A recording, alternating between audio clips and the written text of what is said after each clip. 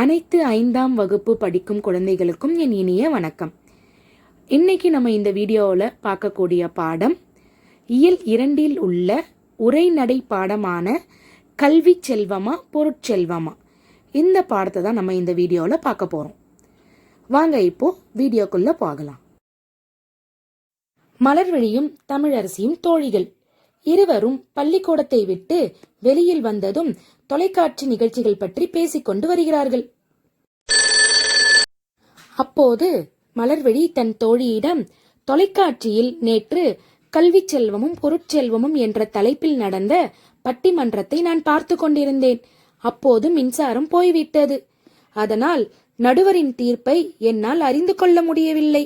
எனக்கு வருத்தமாக இருந்தது என்று கூறினாள்.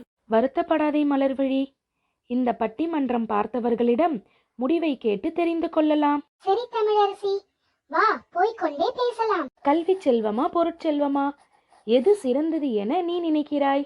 நான் கல்வி செல்வம் தான் சிறந்தது என்று கூறுவேன். அதெப்படி அவ்வளவு திட்டவட்டமாக கூறுகிறாய்? கல்வி கற்காதவன் களர் நிலத்திற்கு ஒப்பாவான் என்று பாரதிதாசனாரும், கேடில் வெளிச்செல்வம் கல்வி என்று திருவள்ளுவரும் கூறியிருக்கிறார்கள். கல்வியின் சிறப்பை கூறிய திருவள்ளுவர் கூட பொருள் இல்லாருக்கு இவ்வுலகம் இல்லை என்றே கூறியிருக்கிறார். பொருட்செல்வம் இல்லை என்றால் நமது தேவைகளை கூட நிறைவேற்றிக் கொள்ள இயலாது. கல்வி கற்பதற்கு கூட பணம் வேண்டும் அல்லவா? பணம் பத்தும் செய்யும் என்பது எனக்கு தெரியும். வாழ்க்கையை நடத்துவதற்கு பணம் தேவைதான். பணம் படைத்தவர்க்கு சொந்த ஊரில்தான் மதிப்பு. கல்வி கற்றவர் சென்ற இடமெல்லாம் சிறப்பு பெறுவர். கல்வி கற்றவர் செல்வம் படைத்தவர்களின் தயவில்தான் வாழ வேண்டியுள்ளது. பொருட்செல்வம் நிலையில்லாதது. கல்வி செல்வமே இம்மைக்கும் மறுமைக்கும் பயன் தருவது, என்றும் அழியாதது. பொருட்செல்வம் கொடுக்க கொடுக்க குறையக்கூடியது, கள்வர்களால் கவர்ந்து செல்லக்கூடியது. பணம் இல்லாதவன் பிணம், பணம் என்றால் பிணம் கூட வாயை திறக்கும் என்ற பழமொழிகளை எல்லாம் நாம் அறிந்ததுதானே. கற்றவரால் என்ன செய்ய முடியும்? இன்றைய கல்வி வளர்ச்சிதான் எல்லா முன்னேற்றத்திற்கும் காரணம். அதனால்தான் இன்று நாம் எல்லாரும் வசதியாக வாழ முடிகின்றது. புதுமைகளை கண்டறிய கற்றவர்களுக்கு பணமும் தேவைப்பட்டிருக்கும் அல்லவா? ஆம், அதற்காக பணம்தான் உயிர் நாடி என்று கூறுவது தவறு. கல்விதான் அறிவை வளர்க்கிறது. நன்மை தீமைகளை பகுத்தறிந்து நல்வழியில் தன் வாழ்வை அமைத்துக் கொள்ள வழி செய்கிறது. பசி வந்திட பத்தும் போகும்.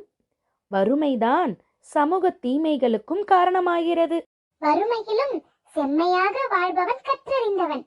கல்லாதவன் அறியாமையால் தவறு செய்கிறான். அறியாமை உள்ளவன் பணக்காரனாகவே இருந்தாலும் அமைதியான வாழ்வுக்கு கல்வி அவசியம் என்பதை ஒப்புக்கொள்கிறேன்.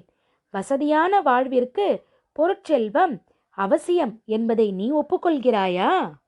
விவாதம் நீண்டு கொண்டிருக்கிறது. மறுநாள் இருவரும் தமிழ் ஆசிரியரை சந்தித்து விவாதத்தை கூறினார்கள். மக்களிடம் அறியாமை இருளை நீக்கி அறிவு ஒளி பெறச் செய்வது கல்வி.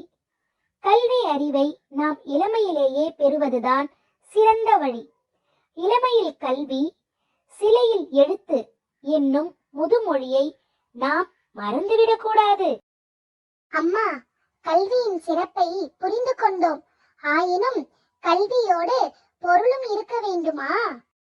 ஆம், கல்வியும் பொருளும் ஒரு நாணயத்தின் இரு பக்கங்கள் எனலாம். பொருள் உடையவரால் ஆகாதது ஒன்றும் இல்லை. பொருள் உடைமை வெற்றி தரும், பெருமை தரும், அழகு தரும். அவை மட்டுமா, உயர் கல்வி பெறும் வாய்ப்பையும் தரும். இல்லாரை எல்லாரும் எள்ளுவர் என்று வள்ளுவர் கூறியதையும் நாம் அறிந்திருக்கிறோம். ஆகவே அடிப்படை வாழ்க்கை தேவைகளுக்கு பொருள் கட்டாயம் தேவை. ஆனால் நம்மை மேன்மைப்படுத்துவது கல்விதான் என்பதில் எல்லளவும் ஐயமில்லை. உண்மைதான் அம்மா. கல்வியால் அறிவு தெளிவு உண்டாகும், பொருளால் நம் வாழ்வு வளம் பெறும் என்பதை புரிந்து கொண்டோம்.